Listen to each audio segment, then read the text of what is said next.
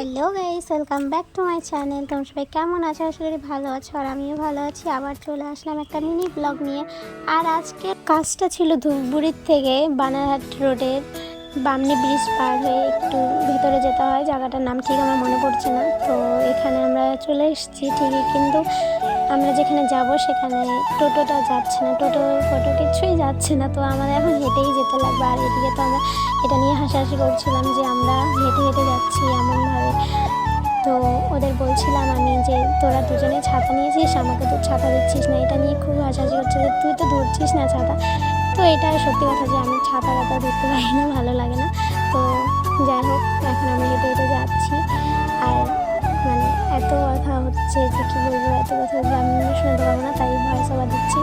তো চলো কতক্ষণে পৌঁছাই তোমরাও দেখতে থাকো। আর এদিকে বর্ণালী তো হেসে যাচ্ছে। তো ও এবার ফার্স্ট আসলো কাজে আমাদের সাথে। তো আমরা এসে পৌঁছে গেছি। আর এখন গাছে এত গরম ছিল, মানে কী বলবো। তো এখানে বসে আছি। আর এদিকে দেখো হাসিনারা আমাদের বলছিল ফটো তুলতে, কিন্তু আমি ভিডিও করছিলাম, এটা নিয়েও হাসছিল। তো ব্রাইড আসুক, তারপর কী করি না করি সবটাই দেখতে হবে, তোমরা দেখতে হবে। আর আজকের যাকে আমি সাজাবো, মানে আমাদের ব্রাইড, সে ছিল আমার ফ্রেন্ড। কারণ আমরা একই সাথে কলেজে পড়তাম। তো কলেজ থেকে ও আমাকে অনেক আগে থেকে বলতো যে আমাকে কিন্তু আমার বিয়েতে সাজাবি।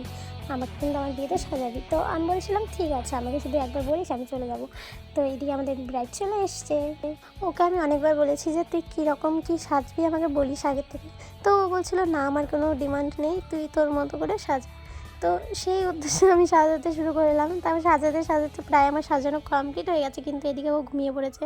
তো এটা দিয়ে আবার খুবই হাসি পাচ্ছিল।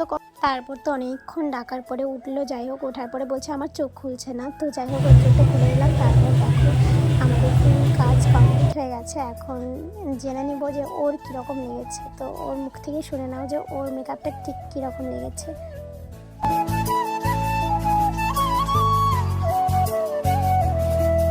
কিরকম লাগলো? খুব সুন্দর, অনেক খুশি হয়েছি আমি।